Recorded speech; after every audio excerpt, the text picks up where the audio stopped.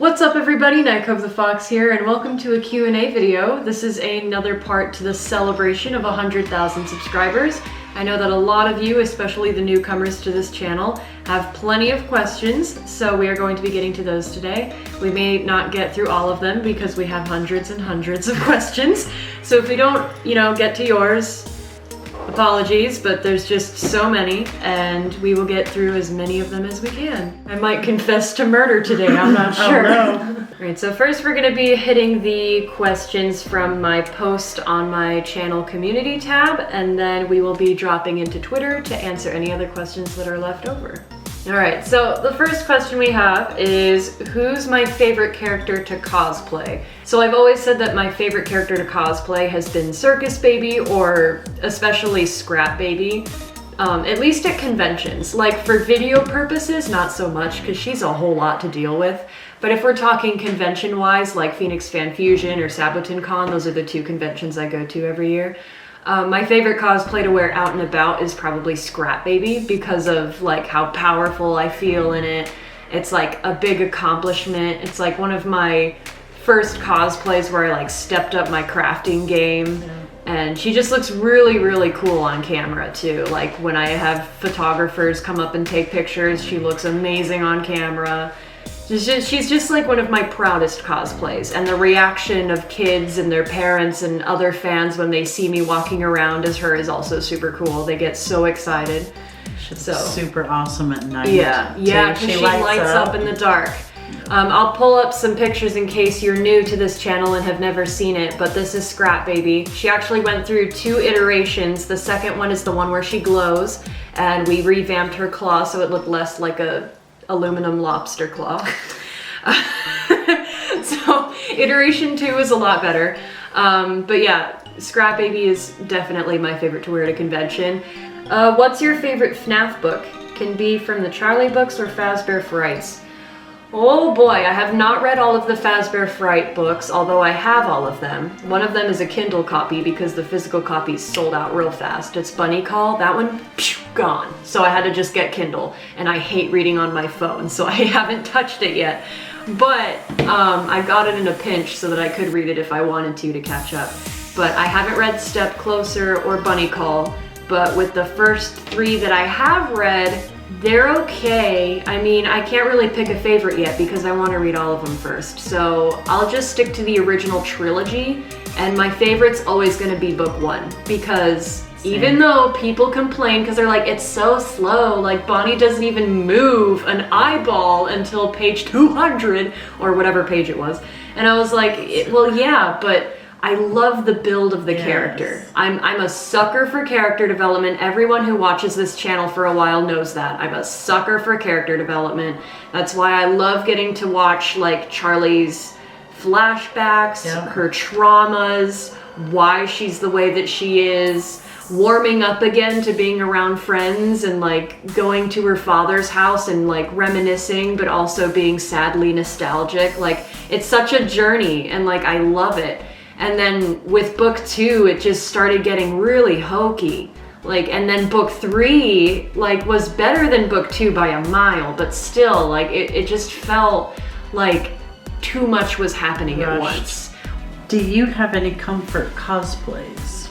Like, you want to be comfortable today, so, and it's just like your cozy cosplay. Like, what's something that you like to do because cozy cosplay? Because it's well known, it's easy for you, you love it, it's like home. Well, what's like a home cosplay for you? Like something that brings you comfort. Like, is it like comfort food, like where it makes you comfy on the inside, or is it like comfy on the outside? I'm gonna say the first one. Okay. That makes you feel comfy.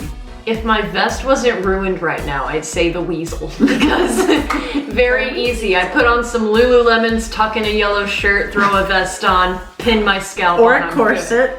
Or, yeah. For pinup weasel. Pinup weasel is not comfortable, I'll tell you what, because that's a boned corset. That's not fun. Not for 14 hours a day at a convention. For like 2 hours shoot session, or for 2 hour sessions for a video, it's fine. But like, I mean, I do it for Scrap Baby and Circus Baby, but they get golden tickets because they're my favorite. Glitch Trap's just a stinky weasel. I would not. Oh my God, but I have to because they... Why? Oh my God, I have to. The next convention we go to, I have to do the pinup weasel Yes, for a you do. day because they made it to 100 wee tweets. They retweeted it. You made it to 100 wee tweets, Yay. ooh woo. And now now I have to wear pinup weasel for a day at the next convention I go to, which is probably gonna have to be. It's probably gonna be Phoenix Fan Fusion too, so everyone's gonna see me. At least at an anime convention like Sabotin, I would have blended in, but no, it's gonna be like Phoenix Fan Fusion, and everyone's gonna know. They're gonna be like, "Are you supposed to be Glitch Trap but sexy?" And I'll be like, "No." If you get it to 200 wee tweets, if you get it to 200 wee tweets, I will wear it at a panel that I host at Sabotin and film it. But only if you get that tweet to 200 wee tweets. Would you ever cosplay another fandom? For example, Undertale, Creepypasta, Batum. I have cosplayed from both Undertale and Bendy and the Ink Machine, but I kind of fell out of both of those fandoms. Like anytime I bring up Undertale to someone now, it's so freaking sad because they'll be like, "Oh, that's the game where like all those Sanses came from, right?" And I'm like, there was so much more than Sans! A part of cosplaying isn't just dressing in a costume, but it's being able to embody the character. And if I'm not into the character, then I'm not interested in cosplaying them.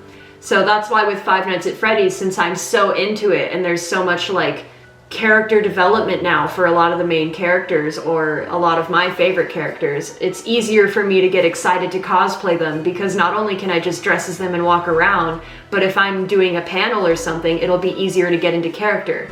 Because cosplaying is not just dressing in a costume, it's also role-playing, hence the word cosplaying. It's a combination of the two. What are your thoughts of Vani from Fnaf, Security Breach? I hate her. Just absolutely despise Yeah. her. She's my least favorite in the entire series. You know, she's just so boring. I hate her so much. I totally haven't already made a full fursuit and head of her. I would never. She's just so stupid. I can't believe that Scott is making another, you know, villain. Like, how dare he? Like, I just absolutely despise her, you know? I'm not making an entire film project about her backstory. No! So a common question I get is what kind of makeup I use. So whenever I'm painting my face for like Circus Baby or Scrap Baby or Spring Trap, and if you haven't checked out my Closet Cosplay Quarantine Challenge series, I highly recommend you do so, especially if you're new to this channel and are looking for cosplay tips. Because not only will you get to see how I, you know, transform into some of these Five Nights at Freddy's characters with just the things I already have in my home, so it'll kind of help you see, oh, like just with the things in my closet, I can still make a cosplay. Like there's always somewhere to begin, but I also drop a lot of simple tips and I also talk about the materials I use a lot in those videos. So they kind of serve as little tutorials as well. So if you have questions about like what kind of things I use, how I paint my face as certain characters, check out the Closet Cosplay Quarantine Challenge series. It's not easy to say, and it will probably answer a lot of your questions. Makeup that I use to like paint my face is Snazaroo usually. For a while you're gonna start getting creases in the makeup. Oh, Vani! Vani's become sentient, she's jumping.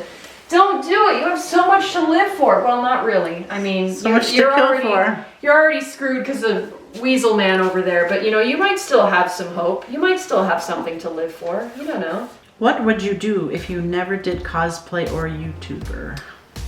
I honestly don't know. I'd probably be writing novels, which I still do anyway. I haven't published. Can you tell that I'm a good writer? I can speak English so well.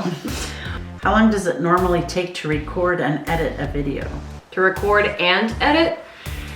Oh, okay, so depending on what video we're recording, it can take up to 3 or 4 hours to record. And then editing, depending on how merciful my computer is on me, because it recently has a crashing issue, it can take up to 10 hours, which I don't usually do in one sitting. I take breaks and, you know, I function as a human being. But it takes like probably like 10 hours, 8 hours for like a food challenge type video. And if I'm editing a film, depending on how long the scene is that I'm editing, it can take longer or less long. But I'd say like 10 hours is the average because I throw in a lot of effects and a lot of zoom-ins. Because for comedic effect, you like cut out the music and like zoom in on someone's face, or you know, there's like little nuances and details that you do to like emphasize comedy breaks and stuff like that. So it takes a little longer to edit like food challenges and stuff like that. What inspired you to do what you do now? Make music, mini movies, and cosplay. I have this wild imagination that like I can never keep up with. Like I always need to be putting my creativity out in some way. Like I need to be putting it out into the world, whether it's through my voice or through my writing or through my artwork or through music. Like if I'm not channeling like all these ideas that are in my brain, because I'm like my left brain, but like my right brain, my creative side is like constantly like, let's go, let's do the next thing. And so like instead of picking one hobby like singing or drawing or music production on its own, like learning an instrument, I did all of them because I couldn't just do one because one wasn't enough. I want to start cosplaying with wigs, but I'm on a budget. Do you have any tips for making cheap wigs look more natural or better? Baby powder and teasing. So if you're styling a wig to make it look spiky, like an anime character, which I don't know if that's what you're doing. Tutorials. I know they're tedious and they take a lot of time. Trust me, I'm not a tutorial person. I was a do-it-myself kind of person, but it's gonna take you so much longer to learn and master if you don't just watch someone else do it. So look up tutorials to help you learn how to style wigs, especially if they're cheap, because a lot of cheap wigs have really like big gaps in between their wefts. So if you do have to style them out, you're gonna see the weft poke through. And there's ways to kind of work around that. So look up tutorials on it and like, you know, practice. One trick that I do know if you're looking at like shininess, and let me tell you, if it's a wig from Party City, there's no hope. But if you get a wig from like Amazon for like 10 bucks and it arrives and you're like, this is really, really shiny and I don't want it to be this shiny, then dry shampoo and baby powder are things that will help kind of tone down that shine. Now don't go ham with the baby powder because then it's gonna, you know, get rid of the color and you're gonna look a little gray. But so don't do it so much that it looks ashy, but you know, like a light coat and then comb it through gently, and it'll help kind of reduce the shine. It won't take it away and make it look completely natural, but you should see a substantial change in how shiny it is. Map of Beauty on Amazon is a relatively decent brand. It's not great, but if you're just starting out, it's a nice brand that has really cheap wigs that I haven't found go above $15 for a 36-inch. And a 36-inch is really long. It's gonna go about halfway down your back, depending on how tall you are. But generally, it's like way down the back. 36 inches is pretty long. I haven't seen their wigs go above $15 for those. So again, if you're in a pinch and you need a good, simple, not too thick wig, because Map of Beauty isn't generous on how thick their wigs are. But again, it's a good brand to just kind of start out with so that you have wigs that are better than like Party City. So Amazon is a good place to find cheap wigs, believe it or not. What are your favorite My Hero Academia characters? Deku is a favorite because I just like watching him grow. Again, sucker for character growth and development. I've cosplayed him before as well, so if you're wondering if I ever do anime cosplay, I do, and I've cosplayed as Deku last year for 2019 Phoenix Fan Fusion. I like Bakugo because he's a spicy boy. He's great. All Might is also a mood. Yeah.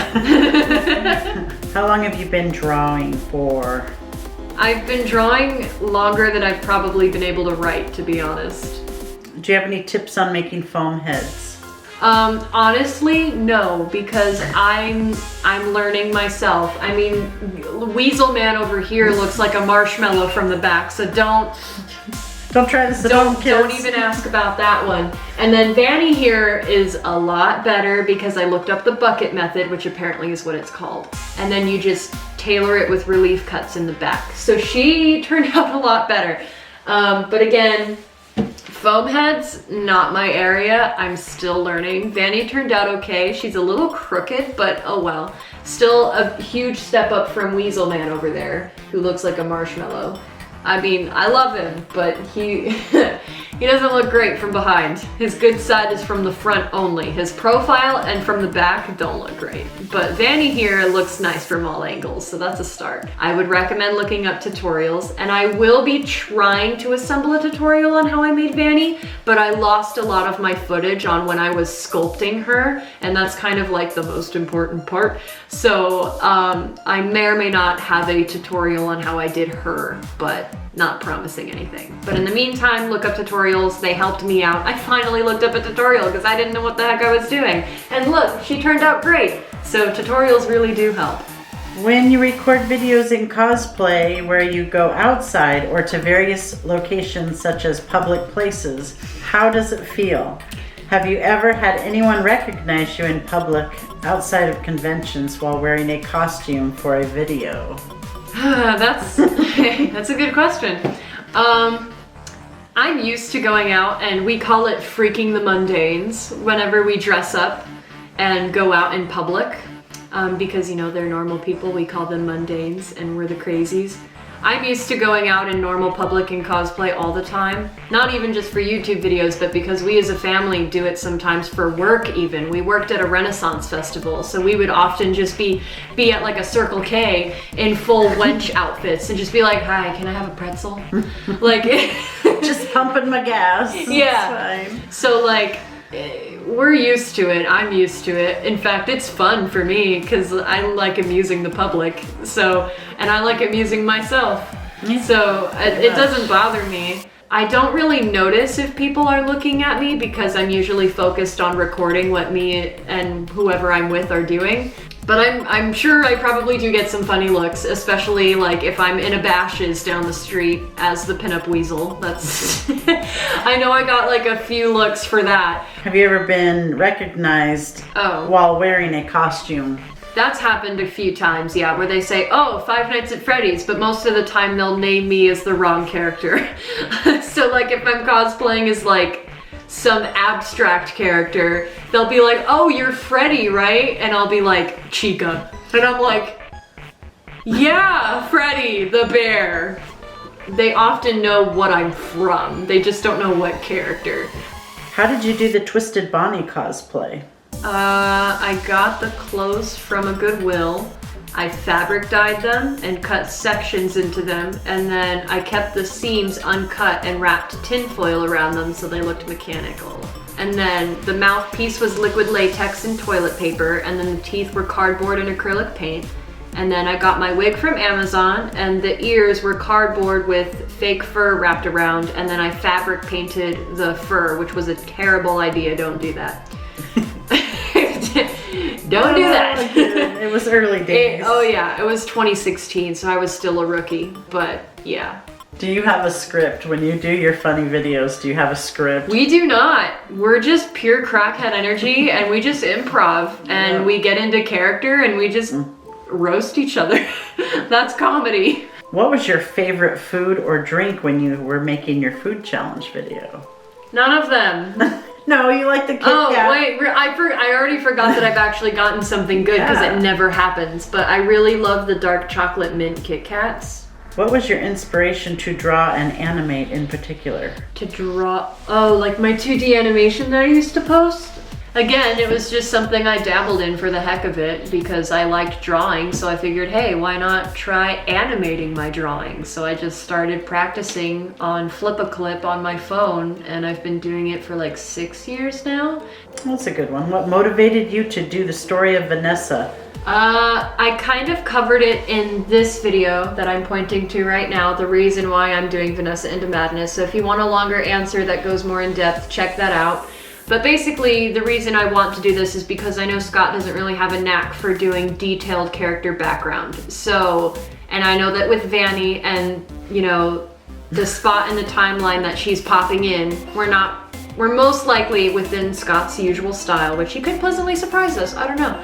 But in his style, he's probably not going to give us a lot of info about why she's doing what she's doing, or like her backstory on how she got screwed up in the head. So I kind of wanted to do my own headcanon fan-made take on that. So I'm making a entire film series dedicated to her background, from her being relatively sane and having a normal life to going into madness, hence the title, and getting involved with Glitch Trap.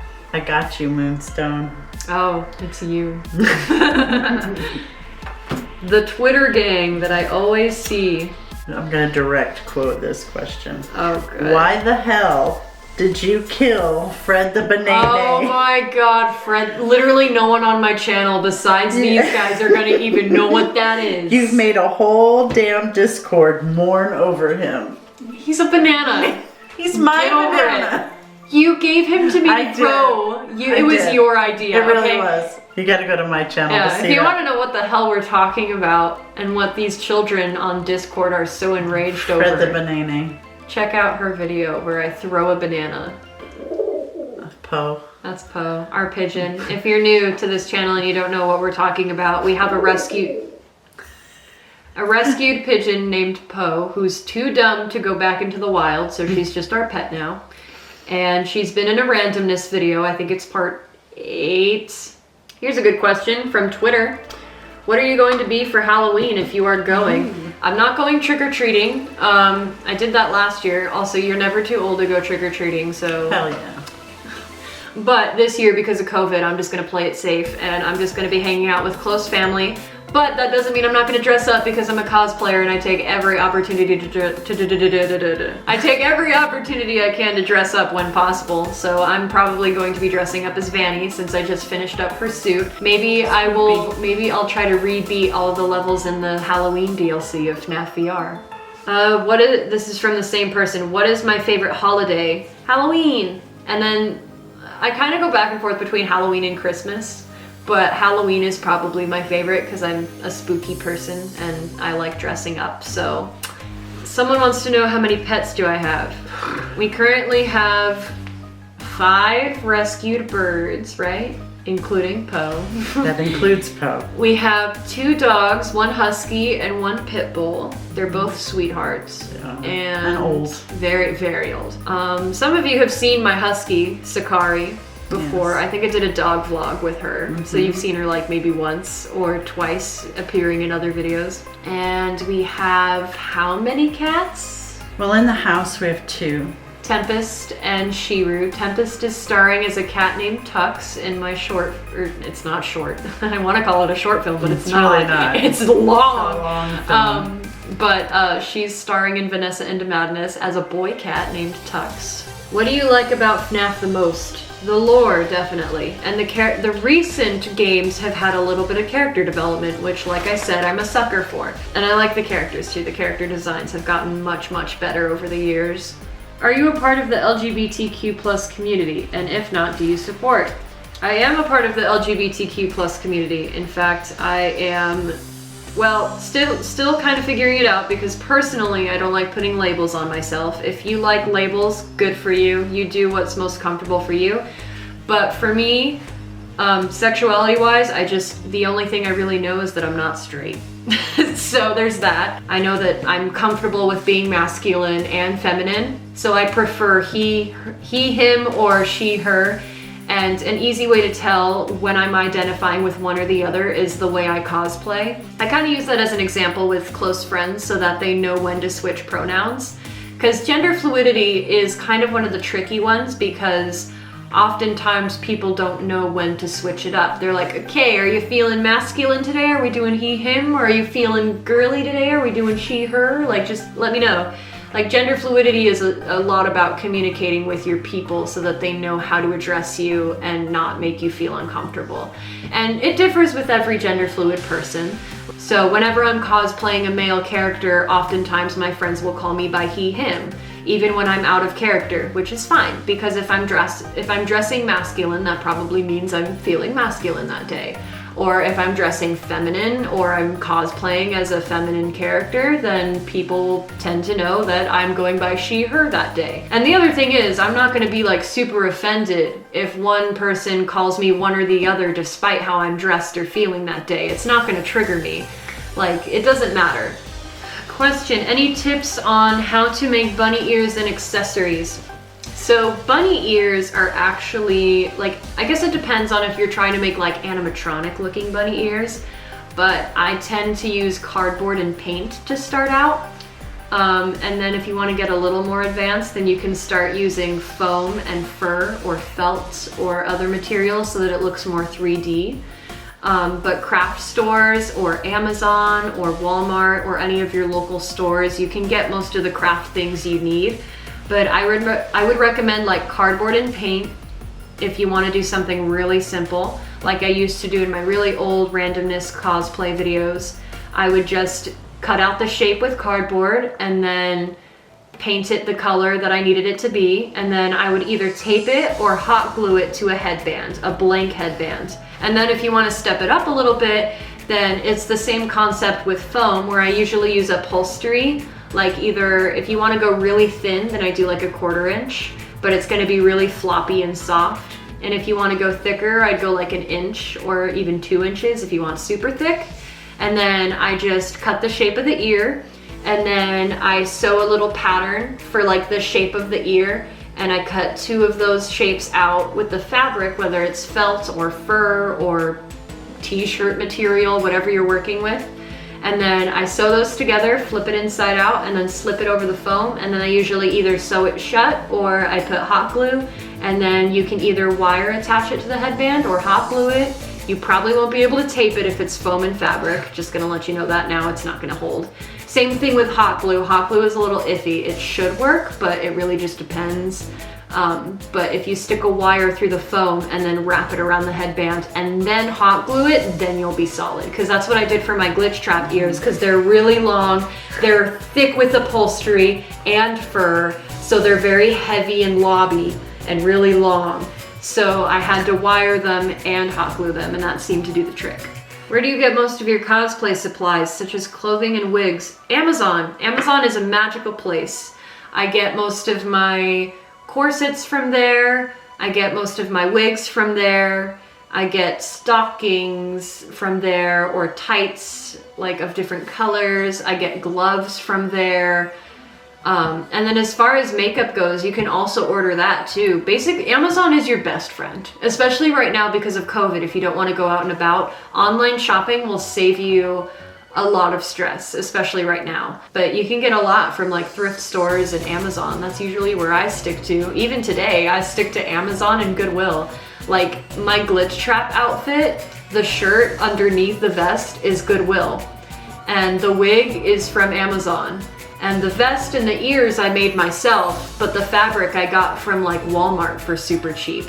How long have you been cosplaying? 6 years? Yeah, 6 years, because I've been doing it since 2014, because that's when I first found out that it was actually a thing. I've been dressing up since I was like a child, because I was really into like being in costume. Like when I was little, my mom couldn't get me out of a princess dress. It was the princess dresses. It was that much of a problem. What program do I use to make music currently? Ableton Live Suite 10. Okay, Kiss, Marry, Kill. CB, Vani, Glitchy. Well, I'd never kiss or marry Weasel Man. Yeah, exactly. Let's get that straight. So kill I'd him. kill, yeah. It'd Glitchy. probably be difficult, but I'd probably kill that. Yeah. And then I want to say I'd marry Baby, but she's a big, like 7-foot robot that could eat me. Whereas Vani is still a human on the inside. So I might marry Vani because I'd probably last longer with her. I could probably defend myself around her easier because she's not 10 tons of metal and steel and titanium.